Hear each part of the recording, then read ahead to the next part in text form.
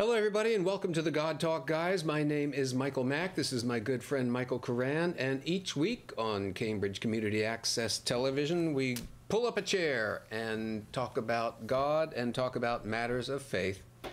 And today, March 29th, 2015, is a very special day.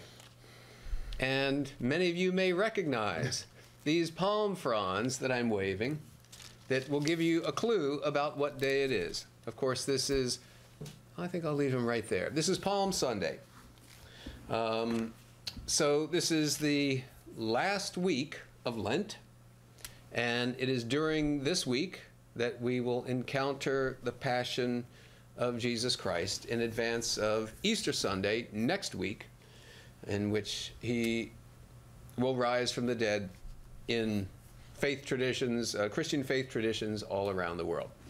So yesterday, Michael, I had the beautiful honor of being invited to be one of the readers at St. Anthony's Parish in East Cambridge, which is one of the churches, one of the Catholic churches that I go to. And this was the first time, even though I've been a reader before in that church and elsewhere, this is the first time I participated in the Passion narrative. So yesterday was the vigil. The vigil worship is done the evening before the Sunday, and for those who prefer to go to Mass in the evening before. But so essentially it's identical to the Sunday service. And what happens during this reading of the Passion narrative, this is the Passion according to Mark this year, what happens is that for those people who over the course of this coming week, Holy Week, will not go to Mass, this will be their one encounter with the Passion of Jesus Christ, his suffering and his death on the cross. And so in this reading, we go through the whole account. For this year, we go through the account of Mark. And this is an account that every Christian is familiar with, and many non-Christians are, just because it's so formative to our Western culture of Jesus coming into Jerusalem and celebrating the first, what would become the Eucharist, sharing the bread and the wine with his disciples, Judas going off and informing the Jewish authorities about Jesus' whereabouts, him being arrested, tortured, condemned to the cross, and then dying on the cross. So this is a very familiar story to a lot of people.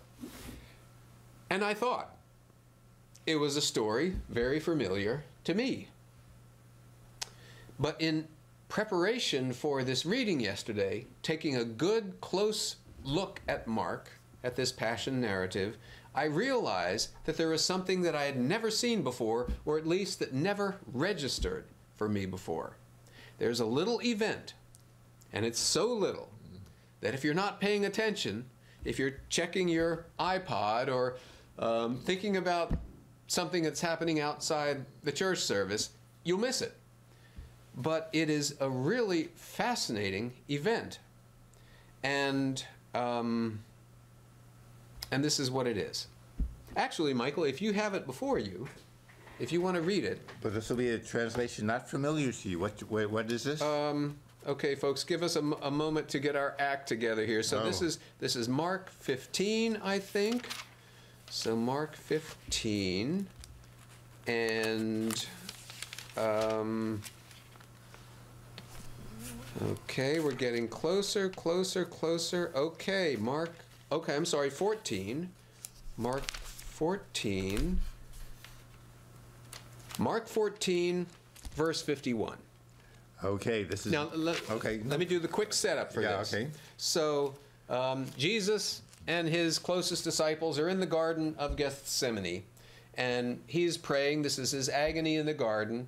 But eventually, the people who came to arrest him, led by Judas, arrive, and all of his disciples, all of Jesus' disciples said, I'm getting out of here, and they split. So that's the setup. Okay. So why don't you start with 50? Okay. And all left him and fled. And one young man followed him, dressed in linen cloth around his naked body.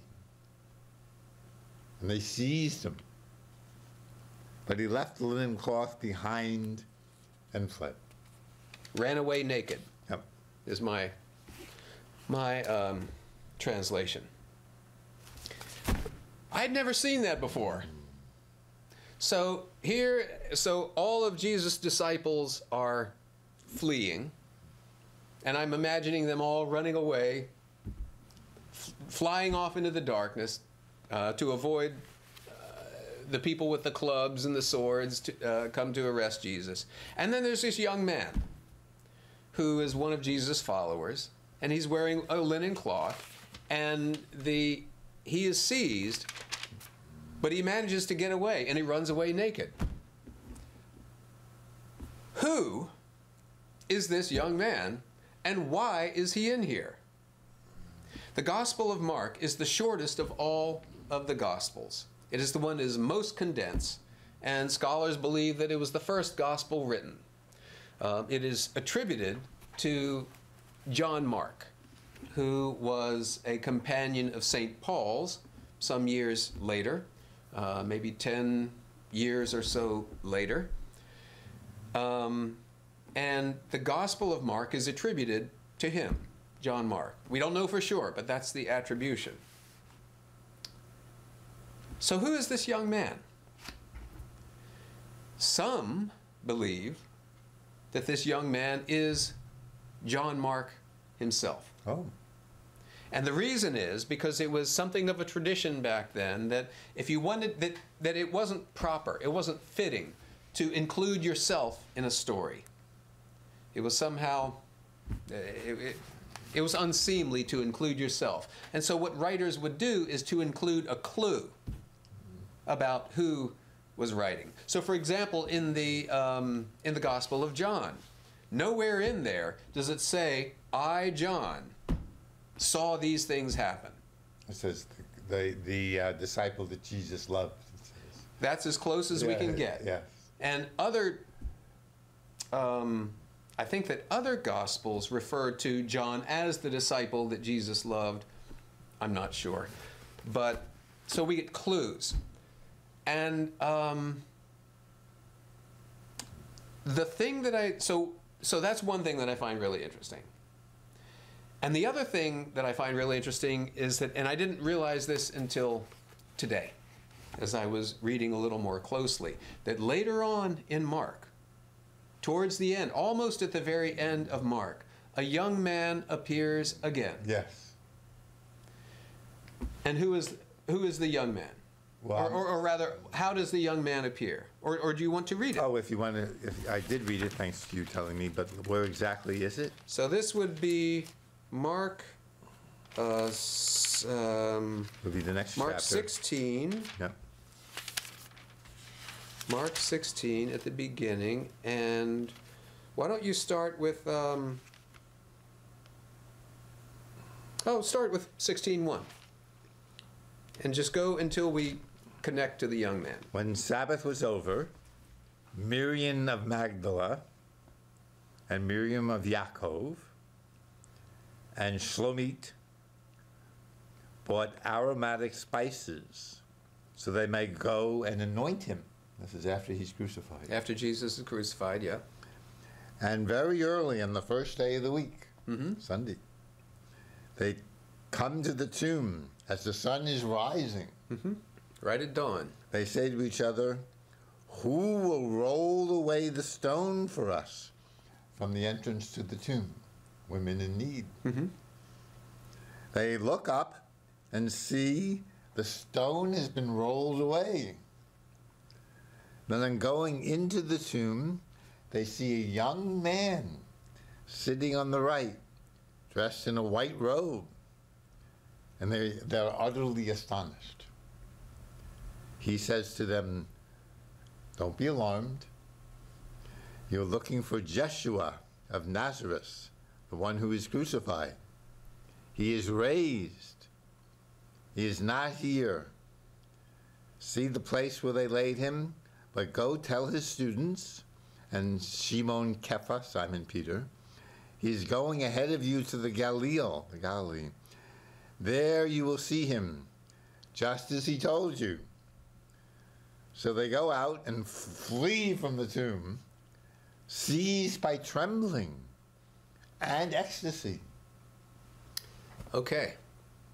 So here we have... The last two lines, may I? You want to read it? No. Okay. Because I want to stick with the idea, we're really focusing on this young man. Okay. In this 27-minute segment of our show. No other gospel has either the young man who runs away when Judas and the crowd come to seize Jesus.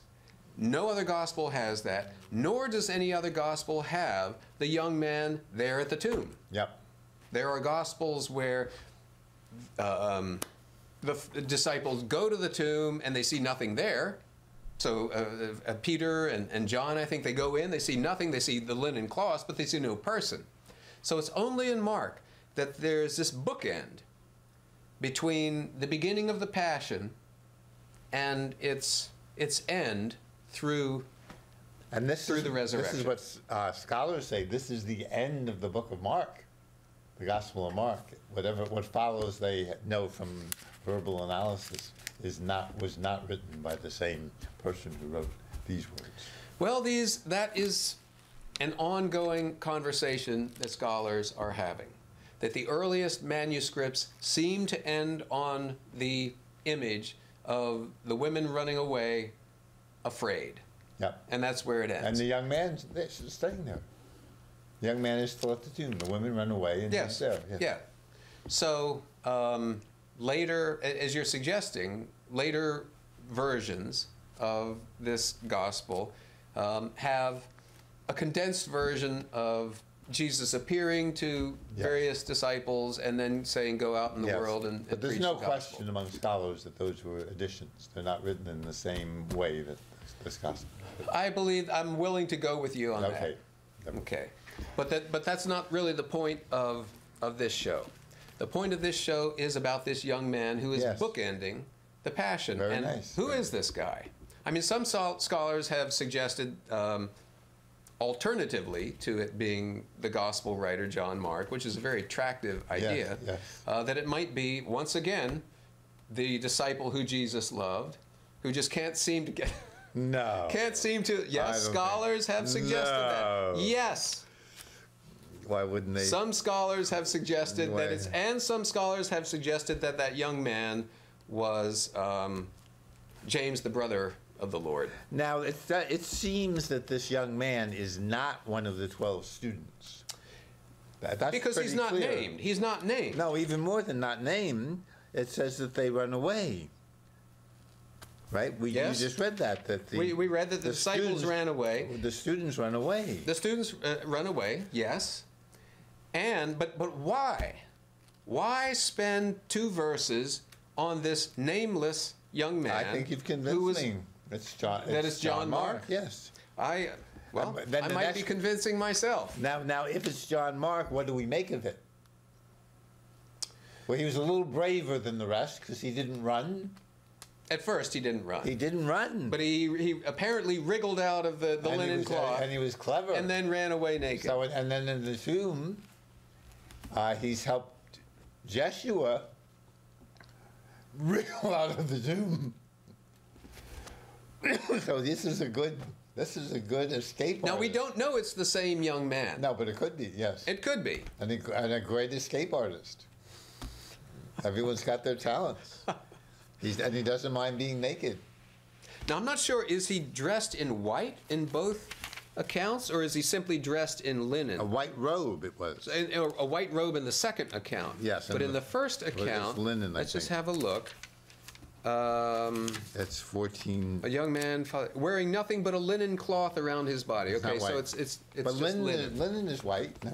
I Or you guess have to be linen is bleached. off-white. Yes. So But the young man sitting in the tomb, it's white. so he's moved from off-white to white. Well, he's more respectful now. He said, Well, I love whatever. it. I guess all I can say to that is whatever. Now, but here's... I would have to interpret that differently. Now, I would have to come away with a different Now, story. how do we make this? This is a wonderful scholarly analysis. How do we make this personally meaningful?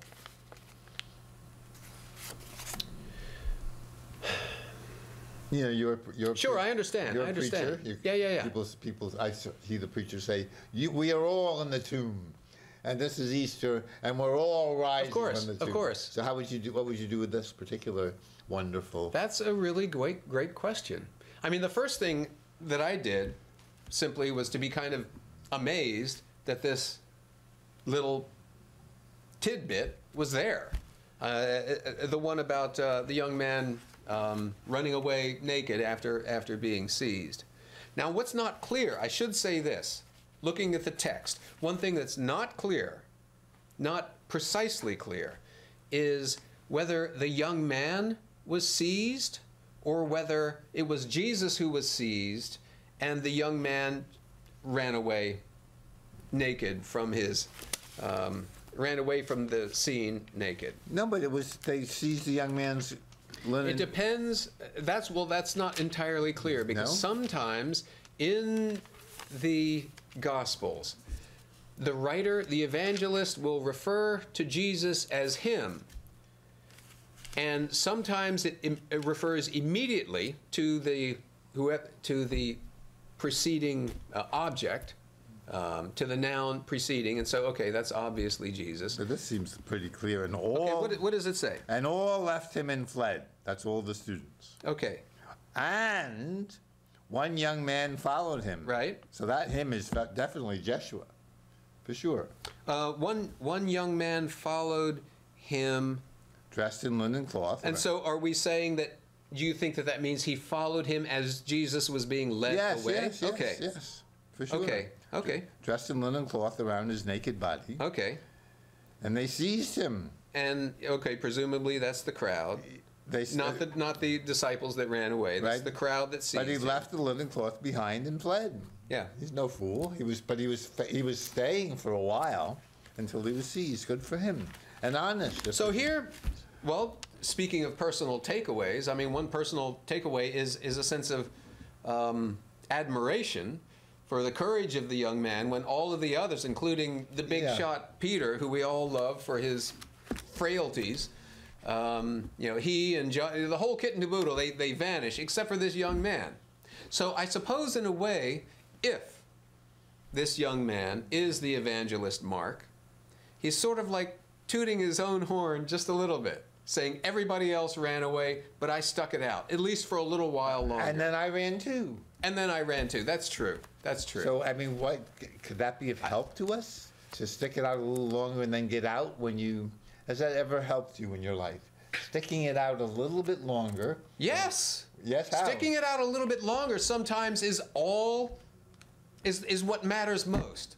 Larry Bird, when he played for the Boston Celtics, after the practices were over, everybody else ran into the showers. That's nice, yeah. He stayed out an extra 10 minutes or 15 minutes or something like that and shot foul shots. And that made all the difference. Oh, my. So that's very So nice. I believe But here it that doesn't sticking around a little bit longer can make all the Would it difference. help? Did it help here in any way at all, or maybe not? Did it help any way at all?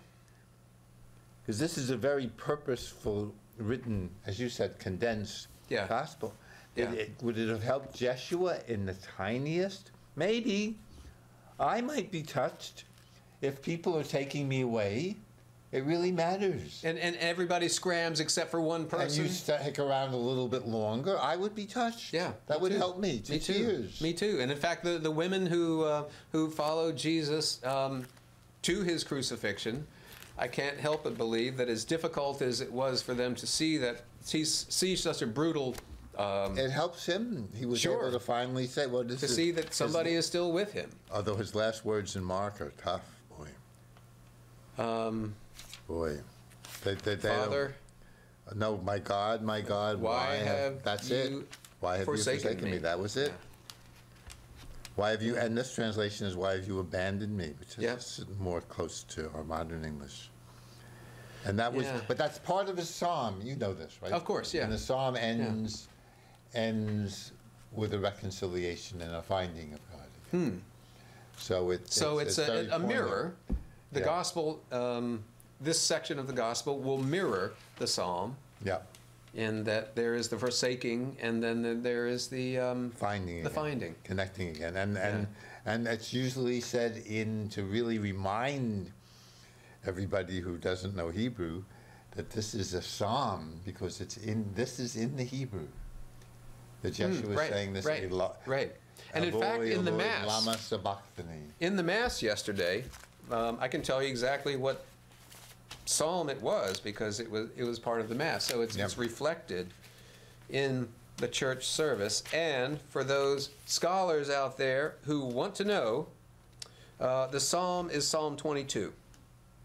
And the verse that is repeated a number of times during the psalm reading is, my God, why have you abandoned me?" Oh, they used to be. And how does the psalm end? You want to tell us? Or is that? Well, I don't have the entire Oh, I psalm see. here. I only have the psalm.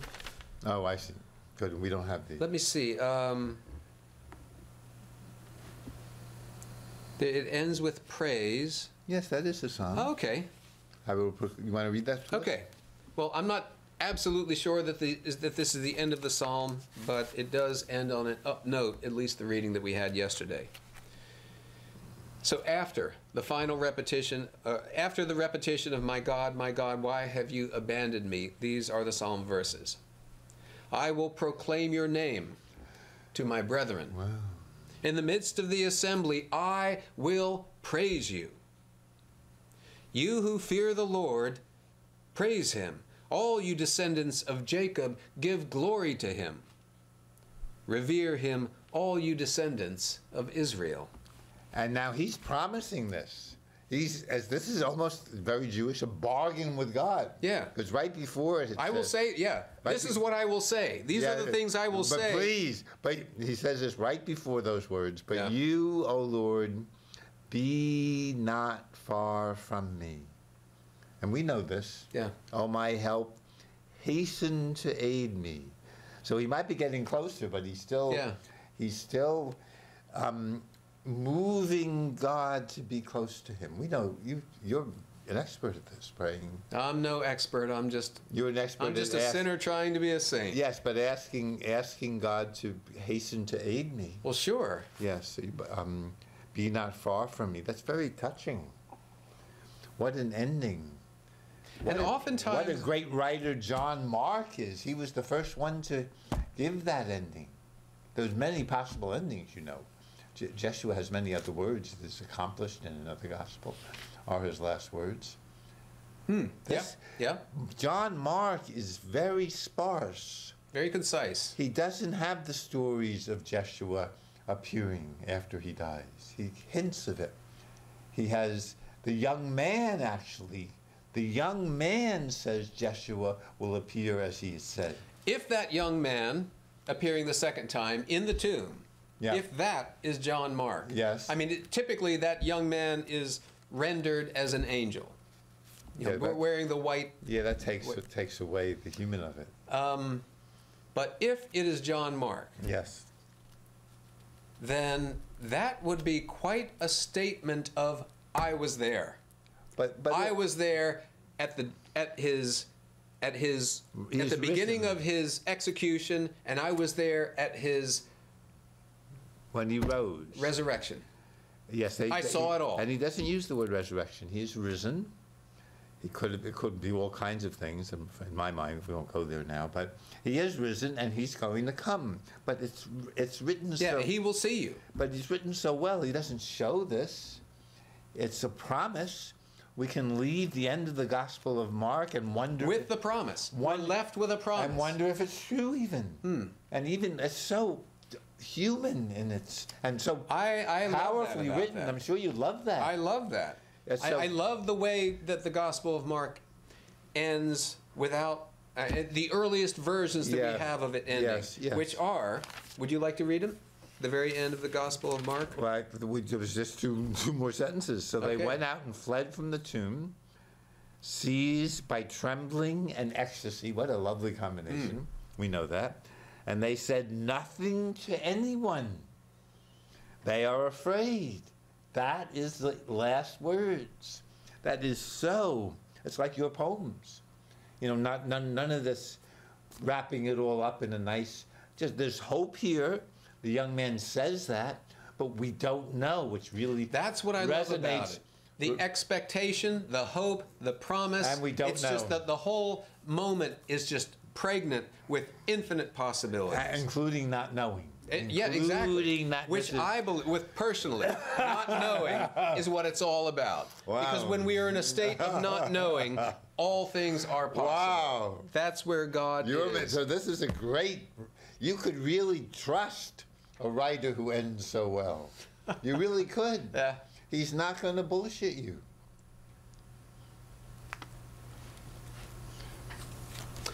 So, we have before us Holy Week, which is, well, we have 30 seconds to talk about it. So we have Holy Week. For those of you who participate in Holy Week, there's a lot of personal and shared drama, and I love it. Including I invite you to go out and love it too. Wow. Go to Mass. Go to church.